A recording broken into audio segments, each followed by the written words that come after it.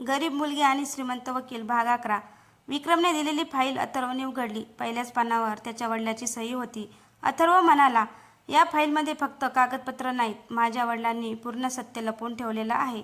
सई आणि मीरा त्याच्याजवळ उभ्या होत्या. फाईलमध्ये एका जुन्या कंपनीच्या व्यवहाराची माहिती होती. अथर्वने काही कागदपत्र पाहिली आणि अचानक थांबला. हे शक्यच नाही. सईने विचारलं, काय झालं? अथर्वने एक कागद तिच्या समोर केला. त्यावर सईच्या आईची सही होती आणि तिच्या नावावर एक मोठी संपत्ती नोंदवलेली होती. मीरा आश्चर्याने म्हणाली, म्हणजे आईने आपल्यासाठी काहीतरी मागे ठेवलं होतं? विक्रम म्हणाला, हो, पण ती संपत्ती मिळवण्यासाठी एका जुन्या कराराची अट पूर्ण करावी लागणार आहे. अथर्वने विचारलं, कुठली अट? विक्रमने उत्तर दिलं, तुमच्या कुटुंबातील दोन्ही बहिणींनी एकत्र येऊन त्या संपत्तीवर दावा करायचा आहे. सईने मीराचा हात धरला. आता आपण एकत्र आहोत. आईचं स्वप्न आपण पूर्ण करू. तेवढ्यात अथर्वच्या फोनवर एक मेसेज आला, संपत्तीचा दावा करू नका, नाहीतर तुमच्या कुटुंबाचं उरलेलं सत्यही कायमचं नष्ट होईल. मेसेजसोबत एक फोटो होता. फोटो पाहून सईच्या डोळ्यात अश्रू आले, कारण फोटोमध्ये तिची आई एका अनोळखी मुलासोबत उभी होती आणि त्या मुलांच्या हातात अथर्वच्या वडिलांचं लॉकेट होतं. अथर्वने फोटो हातात घेतला. हा मुलगा कोण आहे? विक्रमने फोटो पाहताच चेहरा गंभीर केला. तो म्हणाला, अथर्व, हा प्रश्न तू मला विचारू नकोस, कारण याचं उत्तर तुझ्या स्वतःच्या कुटुंबात दडलेलं आहे. विक्रमच्या शब्दानंतर अथर्व काही क्षण शांत राहिला. माझ्या कुटुंबातच या मुलाचं सत्य दडलं आहे? विक्रमने होकार दिला. तुझ्या वडिलांनी या मुलाला वाचवण्यासाठी खूप मोठा धोका पत्करला होता. अथर्वने जुनी डायरी पुन्हा उघडली. एका पानावर त्याला एक तारीख दिसली, 15 जून 2008.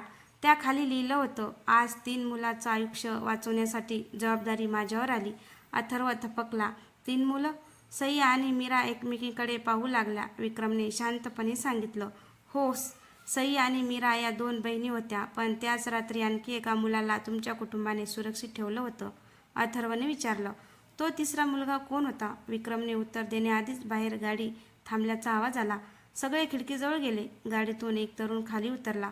त्याच्या हातात अगदी तसंच लॉकेट होतं, जसं अथर्वच्या वडिलांकडे होतं. तो आत आला आणि म्हणाला, माझं नाव निखिल आहे. अथर्व त्याच्याकडे पाहत राहिला. निखिलने पुढे सांगितलं, तुमच्या वडिलांनी मला लहानपणी वाचवलं होतं, पण त्यांनी मला तुमच्यापासून दूर ठेवलं. सईने विचारलं, का? निखिलने एक जुना फोटो बाहेर काढला. फोटोमध्ये 3 लहान मुलं होती, सई, मीरा आणि निखिल. फोटोच्या मागे एक वाक्य लिहिलं होतं, तिघंही एकत्र आले की जुनं सत्य पूर्ण होईल. अथर्वने फोटो घट्ट धरला. तेवढ्यात निखिल म्हणाला, पण सावध राहा, कारण ज्याने आम्हाला वेगळं केलं त्याला अजून आपण जिवंत असल्याचं माहीत झालेलं नाही. अचानक बाहेरून एक आवाज आला. आता त्याला सगळं माहिती झालं आहे. सगळे दचकून दाराकडे पाहू लागले. दारात एक अनोळखी व्यक्ती उभी होती. अथर्वने लगेच सई, मीरा आणि निखिलला मागे राहण्यास सांगितलं. तो माणूस शांतपणे म्हणाला, घाबरू नका, मी तुमचा शत्रू नाही. त्याने खिशातून एक जुना फोटो काढला. मी तुमच्या वडिलांसोबत काम करत होतो. अथर्वने फोटो पाहिला. त्याच्या वडिलांसोबत उभ्या असलेल्या त्या व्यक्तीला तो ओळखत होता. तुम्ही देशपांडे काका? देशपांडे काका म्हणाले, हो, आणि मीच तुमच्या वडिलांचा शेवटचा साक्षीदार आहे. सईने आश्चर्याने विचारलं, मग तुम्ही इतकी वर्ष कुठे होता? देशपांडे काकांनी एक जुना रेकॉर्ड बाहेर काढला. तुमच्या वडिलांनी मला हा रेकॉर्डर दिला होता. त्यांनी सांगितलं होतं की तो फक्त तुम्हा चौघांनी एकत्र आल्यावरच सुरू करायचा. अथर्वने रेकॉर्ड सुरू केला. काही सेकंद शांतता होती. मग त्याच्या वडिलांचा आवाज ऐकू आला, अथर्व, जर हा आवाज तुझ्यापर्यंत पोचला असेल तर सई, मीरा आणि निखिल सुरक्षित आहेत. अथर्वच्या डोळ्यात पाणी आलं. रेकॉर्डिंगमध्ये पुढे आवाज आला, तुमच्या तिघांच्या नावावर मी एक मोठी जबाबदारी सोपवली आहे, पण ती पूर्ण करण्यासाठी तुम्हाला एकत्र राहावं लागेल. अचानक रेकॉर्डिंग थांबलं. देशपांडे काका म्हणाले, उरलेला भाग माझ्याकडे नाही, तो एका जुन्या घरात लपवला आहे. अथर्वने विचारलं, कुठलं घर? देशपांडे काकांनी उत्तर दिलं, तुमच्या वडिलांचा पहिला कायदेशीर कार्यालयाचा बंगला. सगळे तिथे पोहोचले. जुनं कार्यालय धुळीने भरलेलं होतं. अथर्वने वडिलाचं जुनं टेबल उघडलं. आत एक छोटी पेटी होती. पेटीवर 4 चिन्ह होती, सईचं लॉकेट, मीराचं लॉकेट, निखिलचं लॉकेट आणि अथर्वच्या वडिलाची अंगठी. 4ही वस्तू पेटीजवळ ठेवताच क्लिक, पेटी उघडली. आत एक पत्र होतं. पहिल्याच ओळीत लिहिलं होतं, माझ्या मुला अथर्व, आता तुला तुझ्या वडिलांच्या मृत्यूचं खरं कारण सांगण्याची वेळ आली आहे. अथर्वने ते पत्र थरथरत्या हातांनी उघडलं. पहिल्याच ओळीत लिहिलं होतं, अथर्व, माझ्या मृत्यूमागचं सत्य एका व्यक्तीमध्ये नाही, तर एका मोठ्या कटामध्ये दडलं आहे. सई, मीरा आणि निखिल शांतपणे ऐकत होते. पत्रात पुढे लिहिलं होतं, मी ज्या कंपनीविरुद्ध पुरावे गोळा करत होतो त्या कंपनीचा खरा मालक रणजित चव्हाण नव्हता. अथर्वच्या चेहऱ्यावर आश्चर्य उमटलं. मग खरा मालक कोण? पत्रात त्या व्यक्तीचं नाव लिहिलं होतं, विराज देशमुख. अथर्वने ते नाव वाचताच थांबून विचार केला. हे नाव त्याने यापूर्वी कुठेतरी ऐकलं होतं. निखिल अचानक म्हणाला, विराज देशमुख हेच नाव मला लहानपणी त्या लोकांच्या बोलण्यात ऐकू यायचं. मीरा म्हणाली, म्हणजे आपल्याला वेगळं करण्यामागेही त्यांचाच हात होता? विक्रमने गंभीरपणे उत्तर दिलं, बहुधा हो, पण त्याच्याविरुद्ध पुरावा अजून अपुरा आहे. अथर्वने पत्राच्या शेवटच्या पानाकडे पाहिलं. तिथे लिहिलं होतं, माझ्या मुला, शेवटचा पुरावा त्या व्यक्तीकडे आहे जिच्यावर तू सर्वात जास्त विश्वास ठेवतोस. अथर्वच्या चेहऱ्यावर संभ्रम दिसू लागला. माझ्यावर विश्वास ठेवणाऱ्या व्यक्तीकडे पुरावा आहे? सईने त्याचाच हात धरला. आपण मिळून शोधूया. तेवढ्यात देशपांडे काकांचा फोन वाजला. त्यांनी फोन उचलला आणि काही क्षण ऐकलं. त्यांचा चेहरा अचानक गंभीर झाला. विराज देशमुखला आपल्या हालचालींची माहिती मिळाली आहे, अथर्व म्हणाला. मग आता आपण थेट त्याच्याकडे जाऊ. देशपांडे काकांनी मान हलवली. पण त्याला भेटण्याआधी तुम्हाला एक सत्य समजणं गरजेचं आहे. सगळे त्याच्याकडे पाहू लागले. ते म्हणाले, विराज देशमुख हा फक्त तुमच्या वडिलांचा शत्रू नव्हता, तो तुमच्या कुटुंबाशी नात्याने जोडलेला माणूस आहे. अथर्वच्या हातातून पत्र खाली पडलं. देशपांडे काकांच्या शब्दांनी सगळे स्तब्ध झाले. विराज देशमुख तुमच्या कुटुंबाशी नात्याने जोडलेला आहे? अथर्वने विचारलं. नेमकं कोणतं नातं? देशपांडे काका काही क्षण शांत राहिले. मग त्यांनी एक जुना फोटो पुढे केला. फोटोमध्ये अथर्वचे वडील आणि विराज एकत्र उभे होते.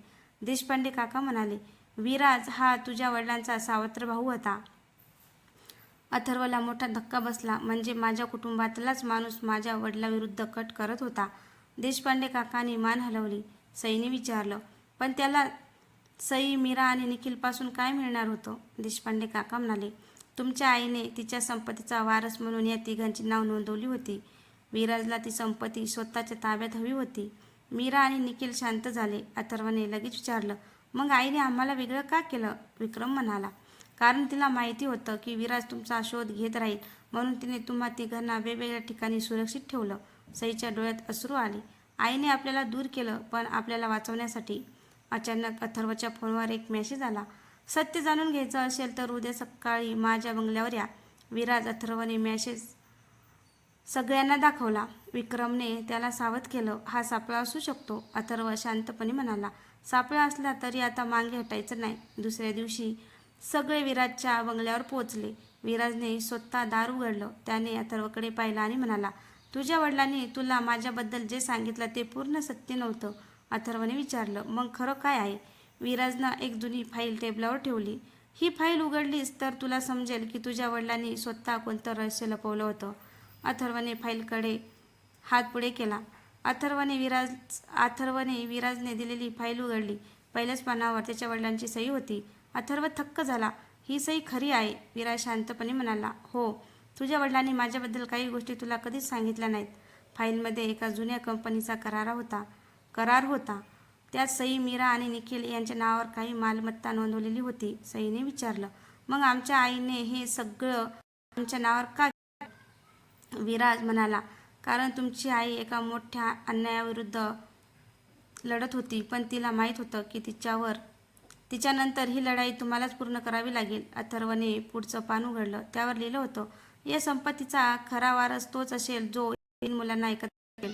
अथर्वने सईकडे पाहिलं. म्हणजे आपण सगळे एकत्र आलो म्हणूनच हे कागदपत्र समोर येत आहेत. विराजने मान हलवली. तेवढ्यात विराजने एक छोटा बॉक्स अथर्व समोर ठेवला. हा तुझ्या वडिलांनी माझ्याकडे ठेवला होता. अथर्वने बॉक्स उघडला. आत एक जुनी अंगठी आणि एक चिठ्ठी होती. चिठ्ठीवर लिहिलं होतं, विराज, जर माझा मुलगा कधी तुझ्यापर्यंत पोचला तर त्याला सांग, माझा सर्वात मोठा विश्वासघात तुझ्याकडून नाही झाला. अथर्वने विराजकडे पाहिले. मग माझ्या वडिलांचा विश्वासघात कुणी केला? विराज काही क्षण शांत राहिला. मग त्याने खिडकीबाहेर पाहत सांगितलं, ज्या व्यक्तीने तुझ्या वडिलांची सगळी कागदपत्र हाताळली त्याच व्यक्तीने त्याचा विश्वासघात केला. अथर्वने विचारलं, कोण? विराजने नाव घेतलं, तुझ्या वडिलांचा जुना वकील. अथर्वच्या चेहऱ्यावर धक्का उमटला, कारण तो वकील आजही जिवंत होता आणि अथर्वच्या स्वतःच्या ऑफिसमध्ये काम करत होता. अथर्वला विराजचे शब्द ऐकून मोठा धक्का बसला. माझ्या ऑफिसमध्येच माझ्या वडिलांचा विश्वासघात करणारा माणूस आहे. विराजने मान हलवली.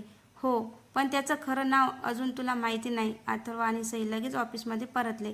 ऑफिसमध्ये सगळं नेहमीसारखंच होतं, पण अथर्वच्या मनात एकच प्रश्न होता, आपल्यातला विश्वासघातकी कोण? त्याने आपल्या ऑफिसमधल्या जुन्या फाईल तपासायला सुरुवात केली. अचानक एका फाईलमध्ये त्याला एक जुना शिक्का दिसला. तोच शिक्का त्याच्या वडिलांच्या कागदपत्रावरही होता. सईने विचारलं, हा शिक्का कुणाचा आहे? अथर्व म्हणाला, आपल्या ऑफिसच्या जुन्या कायदेशीर सल्लागारांचा. त्याने लगेच त्या व्यक्तीला बोलावलं. काही वेळाने एक वृद्ध वकील ऑफिसमध्ये आला. अथर्वने त्याच्यासमोर जुनी फाईल ठेवली. काका, या कागदाबद्दल तुम्हाला काय माहिती आहे? वृद्ध वकील काही क्षण शांत राहिला. मग तो म्हणाला, अथर्व, तुझ्या वडिलांनी मला एक गोष्ट लपवायला सांगितली होती. अथर्व दचकला. काय? वृद्ध वकील म्हणाला, तुझ्या वडिलांना माहिती होतं की त्यांच्या जवळचा कुणीतरी त्यांचा विश्वासघात करणार आहे, पण त्यांना त्या व्यक्तीचं नाव माहिती नव्हतं. अचानक ऑफिसचा फोन वाजला. सईने फोन उचलला. समोरून एक अनोळखी आवाज आला, जुन्या फाईल शोधणं थांबवा, नाहीतर तुम्हाला तुमच्या आईचं शेवटचं सत्य कधीच कळणार नाही. कॉल कट झाला. सईने फोन अथर्वकडे दिला. अथर्व शांतपणे म्हणाला, आता मला खात्री झाली, कोणीतरी आपल्यावर लक्ष ठेवून आहे. त्याच रात्री अथर्वला ऑफिसच्या बाहेर एक लिफाफा मिळाला. आत एक फोटो होता. फोटोमध्ये सईची आई आणि एक अनोळखी तरुण दिसत होता. फोटोच्या मागे लिहिलं होतं, या तरुणाचा शोध घेतलात तर तुमच्या वडिलांच्या मृत्यूचं पूर्ण सत्य समोर येईल. अथर्वने फोटो नीट पाहिला आणि अचानक त्याच्या चेहऱ्यावर आश्चर्य उमटलं. तो तरुण त्याला कुठेतरी पाहिल्यासारखा वाटत होता. अथर्वच्या हातातला फोटो पाहून सई म्हणाली, तुला हा मुलगा ओळखीचा वाटतोय? अथर्व काही क्षण शांत राहिला. हो, पण कुठं पाहिले ते आठवत नाही. त्याने फोटो ऑफिसच्या जुन्या नोंदीसोबत तपासायला सुरुवात केली. काही वेळाने त्याला एका जुन्या कर्मचारी नोंद वहीत एक फोटो सापडला. तोच चेहरा, नाव होतं अमोल देशमुख. सईने विचारलं, हा कोण होता? अथर्व म्हणाला, माझ्या वडिलांच्या कंपनीत काही वर्ष काम करत होता, पण त्याने अचानक नोकरी सोडली होती.